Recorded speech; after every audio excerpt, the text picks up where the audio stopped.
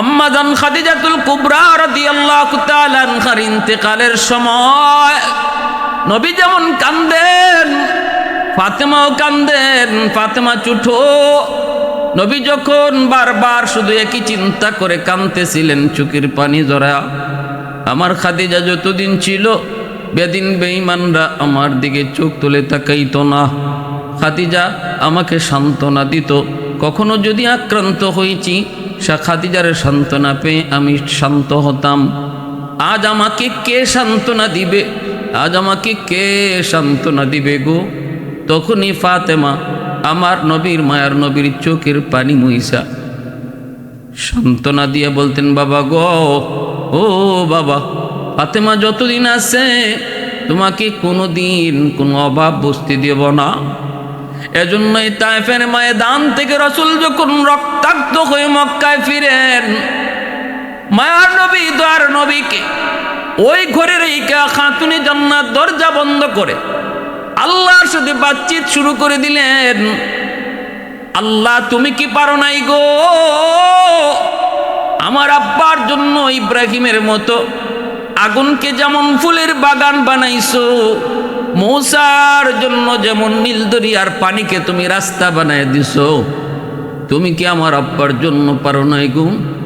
ওই তায়েফের জমিনের উশৃঙ্খল যুবকগুলির পাথর, যেই পাথরটা আমার আব্বার দিকে মারছে, এই পাথরগুলি তুমি কি তুলা বানিয়ে দিতে পারো না? রাসূল যখন কয়, ফাতেমা এইভাবে কয় না, এইভাবে কয় না, এইভাবে কয় না রে মা। খাতুনে জান্নাত বলে, মা বাবা, ও বাবা, আমি বলবো না কেন? আমি তো মেয়ে, আমি তো বাবা পাইছি, তুমি তো বাবা পাও নাই। বাবার দরদ কেমনে বুঝবা? তোমার আল্লাহ কেমনে বাবার দরদ বুঝবেন? কারণ আল্লাহর তো মাও নাই, বাবাও নাই। কুল হুয়াল্লাহু আহাদ আল্লাহুস সামাদ লাম ইয়ালিদ ওয়া লাম ইউলাদ। আল্লাহ নিজের পরিচয় দিয়া কয়, আল্লাহ কারো বাপ নয়, কারো সন্তানও নয়। বাবা, আমি তো বাবা পেয়েছি, আমি তো বাবার দরদ বুঝবই, আমি তো বাবার কষ্ট বুঝবই।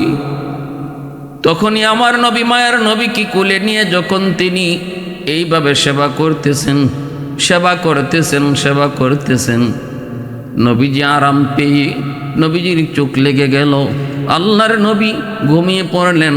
চোখ লাগা মাত্রই তিনি স্বপ্নে দেখেন জনম দুঃখিনী মা আমেনা রসুলকে কুলে নিয়া এইভাবেই তিনি আদর সোহাগ কইরা সেবা করতেছেন। আঘাতপ্রাপ্ত জায়গাগুলি তিনি সেবা করে দিতেছেন।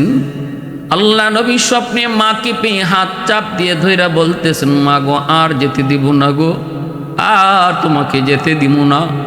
6 বছর বয়সে আবওয়া নামক জায়গায় তোমাকে হারাইছি, আর আমি তোমারে যেতে দিব না গো মা। কইছিলা এতদিন, কইছিলা এতদিন, আর তোমাকে যেতে দিব না। এই বইলা নবী যখন ধরছেন, চিৎকার দিয়া যখন কইছেন মা, চিৎকার দিয়া যখন কইছেন মা, ঘুম ভেঙে গেল নবীজির।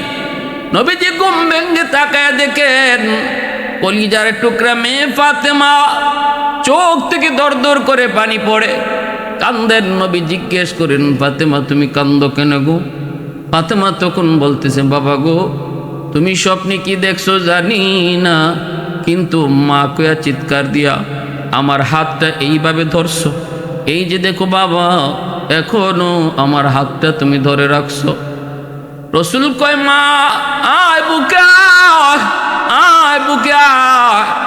আমি তো স্বপ্নে আমার মা আমেনার হাত ধরেছি, বাস্তবে যখন তোমার হাত ধরলাম, চোখ খোলার পর যখন তোমার হাতে আমার হাত, তাহলে মা রে, আজ থেকে তুমি আমার মা আমেনার জায়গায়, আজ থেকে তুমি আমার মা আমেনার জায়গায়। মা যেই সেবাটা সন্তানকে করে, তুমিও আজ আমাকে ওই সেবাটাই দিতেছো। স্বপ্নে আমি যা দেখেছি বাস্তবতা ঘটলো। মা, আজ থেকে তুই আমার মা, তুমি শুধু আমার মেয়ে না, আজ থেকে ফাতেমা আমার মা। রসুলের নবী, রসুলের কন্যা খাতুনে জান্নাত ফাতেমা রাদিয়াল্লাহু তাআলা আনহা। এজন্যই নবীজি মা কইয়া ডাকতেন আর বলতেন, ফাতেমা তু বিদআতুম মিন্নি, ফাতেমা আমার কলিজার টুকরা। ফাতেমার একজন বান্ধবী ছিল ইহুদি মেয়ে। ইহুদি মেয়ে বিয়ের আয়োজন করলো বাবা, অনেক বড় ধন সম্পদের মালিক বাবা। ইহুদি মেয়ের আয়োজন করলো বিয়ের, কিন্তু বান্ধবী বাবাকে সাফ জানায় দিল, বাবা আমার একজন বান্ধবী আছে, নাম হলো ফাতেমা।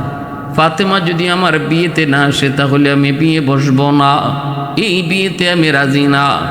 ইহুদি কই, মারে কে সেই ফাতেমা? বান্ধবী কয়, ফাতেমা হলো মুহাম্মাদুর রাসূলুল্লাহর মেয়ে। এই কথা বলতে ইহুদি কয়, মারে মুহাম্মদ তো গরিব মানুষ, ফাতেমা সে তো গরিবের মেয়ে, কাপড় চোপড় তেমন দামি নয়।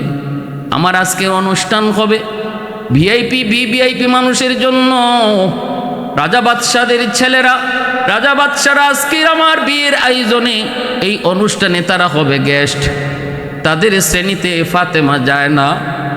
মা, ফাতেমা যদি কোনো রাজার মেয়ে হতো তাহলে আমি তোমার এই কথাটা গ্রহণ করতাম, কিন্তু না রে মা, এটা হয় না, আমি পারবো না। সাথে সাথে মেয়েটায় মাকে জানাই দিল, মা আব্বুকে বলো আয়োজন করার দরকার নাই, আমার বান্ধবী ফাতেমা যদি বিয়েতে না আসে গো, আমি এই বিয়েতে রাজি না। মেয়ে সাফ সাফ বাবাকে জানাই দিল, ফাতেমা যদি বিয়েতে না আসে তাহলে সে কিন্তু এই বিয়ে বসবে না, এই বিয়েতে সে রাজি না। পড়ছে বাবা বিপদে। তখন বাবা কয়, মারি তাহলে একটা চিঠি লিখ, একটু দেখ তার বাপ দাদা অথবা ফরিদাদার মধ্যেও কেউ রাজা বাদশাহ ছিল কিনা, এতটুকু যদি পাওয়া যায় তাহলে তো স্ট্যাটাসটা মিলবে, সমান থাকবে, শ্রেণী ঠিক থাকবে। চিঠিটা দেওয়ার পর নবীজির মেয়ে খাতুনে জান্নাত তখন ছোট্ট বালিকা, তিনি উত্তরে লিখলেন, বান্ধবী আমি মক্কায় একজন গরিবের ঘরে জন্মেছি, আমার আব্বার নাম মোহাম্মদ, আমার বাপদাদা কেউ রাজা বাদশাহ ছিল না, তবে আমার বংশ আরবের শ্রেষ্ঠ বংশ, সম্মানী বংশ। আর এতটুকু মনে রাখো, পৃথিবীতে যত রাজা বাদশার জন্ম হয় সকল রাজার রাজা যিনি, আসমানের মালিক, কুল কায়নাতের মালিক, সকল বাদশার বাদশাহ যিনি, তার বন্ধু হলেন আমার আব্বা।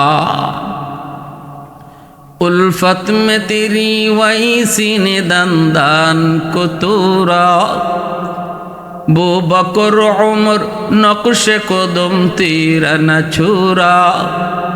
उल्फत में तेरी वैसी ने दंदान को तूरा, बो बकर उमर नक्श कदम तेरा न छुरा।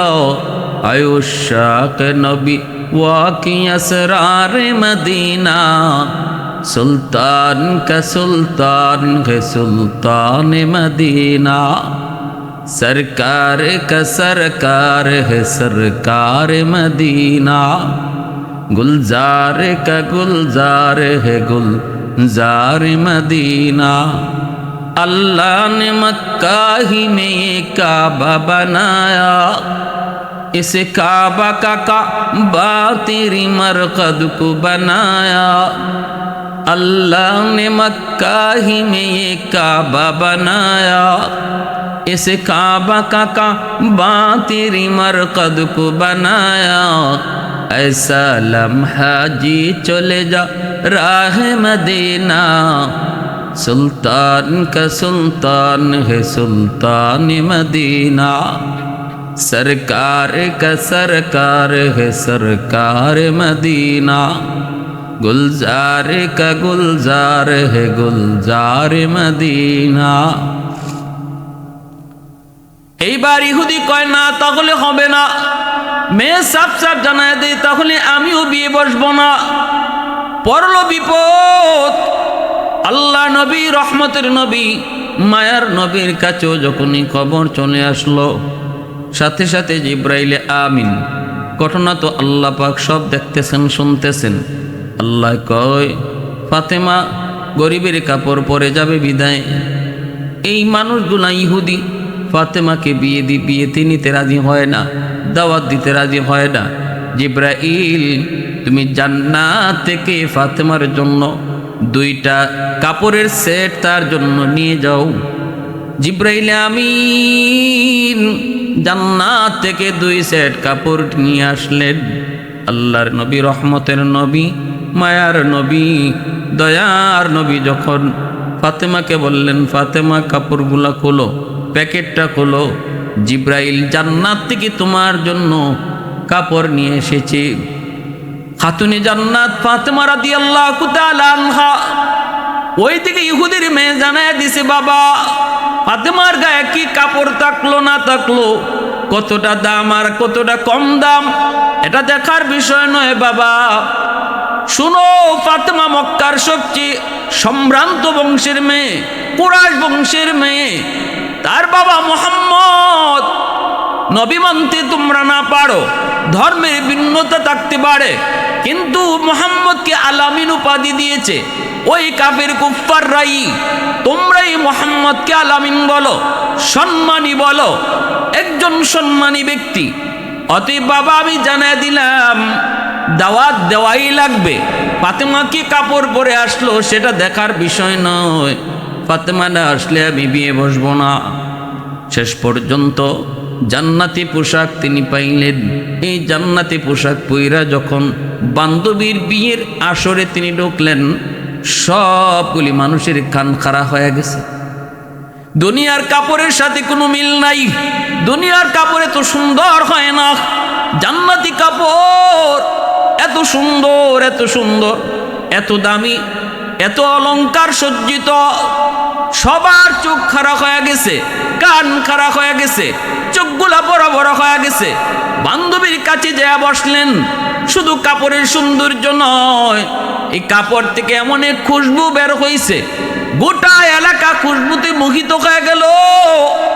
বান্ধবী কাছে বইসা কয়, বান্ধবী এই কাপড় কোত্থেকে আনছো?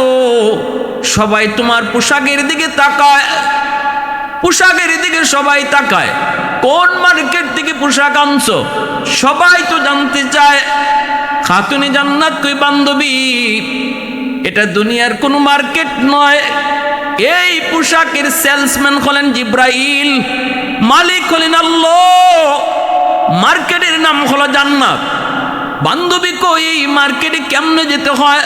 কই মার্কেটে যাওয়ার রাস্তা হলো সিরাতে মুস্তাকিম, একটা কালেমা পড়তে হয়, ওই কালেমা পড়লে পরে এই পথ পাওয়া যায়, এই পথ পাওয়া যায়। কই কোন সেই কালেমা একটু কও?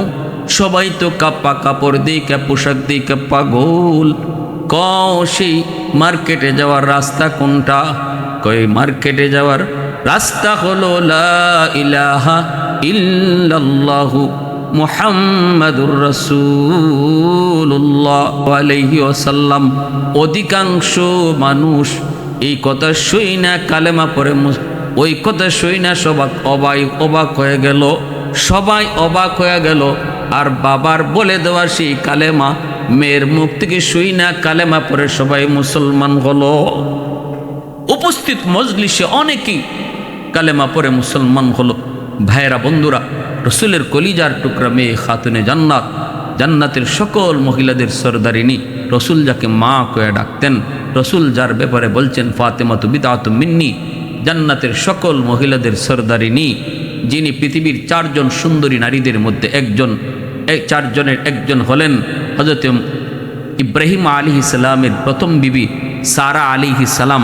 পৃথিবীর যে 4 জন সুন্দরী মহিলা ছিলেন, নারী ছিলেন, এর ভিতরে তিনি একজন। দ্বিতীয়জন হলেন হযরত মরিয়ম আলাইহিস সালাম, ঈসা আলাইহিস সালামের আম্মা। আরেকজন হলেন ফেরাউনের বিবি হযরত আসিয়া আলাইহিস সালাম, তিনি হলেন বিশ্ব সুন্দরী। চতুর্থজন হলেন রসুলের কলিজার টুকরা মেয়ে ফাতেমা রাদিয়াল্লাহু তাআলা আনহা। এত সুন্দর, সুন্দর শুধু চেহারা দেখতে সুন্দর নয়, সুন্দর মাপ করা হয় চারিত্রিক দিকটাও যার সুন্দর ছিল। যেমন তার রূপ সুন্দর, তেমন তার চরিত্র সুন্দর। এই 4 জন মানুষ পৃথিবীর ইতিহাস গড়ে গেছেন। যেমন বাহ্যিক সুন্দর, তেমন ভিতরে ছিল তাদের সুন্দর। আল্লাহ পাক রব্বুল আলামিন খাতুনে জান্নাতের মতো আমাদের জীবন গড়ার